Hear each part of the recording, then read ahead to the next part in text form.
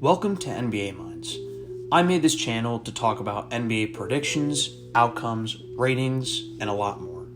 I really just want to spark ideas and see what the public thinks of my takes. Anyway, let's get to it. So in this video, I'll be going over what I think are the top 5 contenders going into the 2023-24 NBA season. Disclaimer, there's going to be absolutely no team bias in this video whatsoever. Starting at the number 5 spot, we have the Los Angeles Lakers.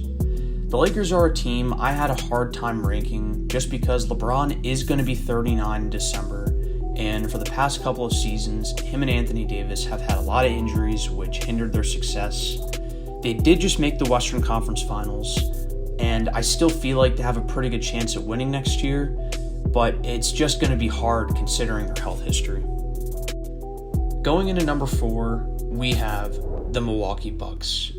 I like how the Bucks were able to keep some of their depth in free agency by re-signing Brook Lopez to a 2-year, $48 million deal, but I do have some bigger concerns, the most important one being Middleton's injury. Ever since he got hurt in 2022, he just hasn't been the same player offensively. Another concern I have is just the mindset of the team itself. Jrue Holiday said he wants to retire in the next couple of years, and Giannis said he could actually see himself leaving Milwaukee if everyone isn't on the same page.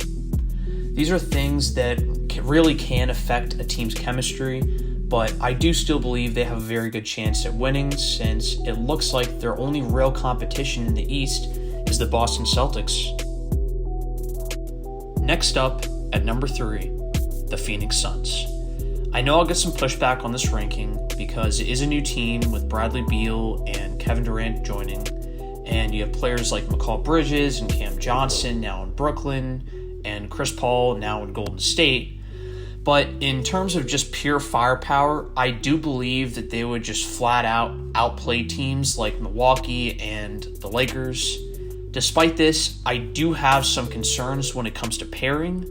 I'm not sure how well Devin Booker and Bradley Beal will mesh, and it seems like Beal is just going to have to take a step back offensively, but I'm sure they'll work it out. At a very close second place on my list, the Denver Nuggets. Obviously, it's never good to doubt the reigning champs, but I don't see them winning back-to-back. I just don't. Denver's whole team played amazing throughout the entire playoffs, and they also got very lucky with an easy finals matchup in Miami.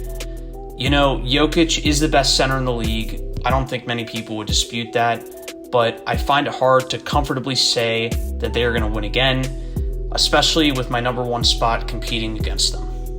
So last but not least, we have the Boston Celtics. I feel like Boston, no question, won free agency.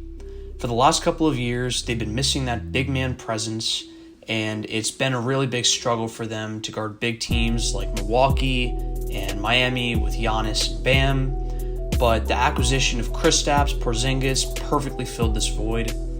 I know they lost Marcus Smart, but to add a stretch big that can also get you a couple blocks and stretch the floor is going to be a huge game changer for them, and I frankly don't see any team beating them in a 7-game series.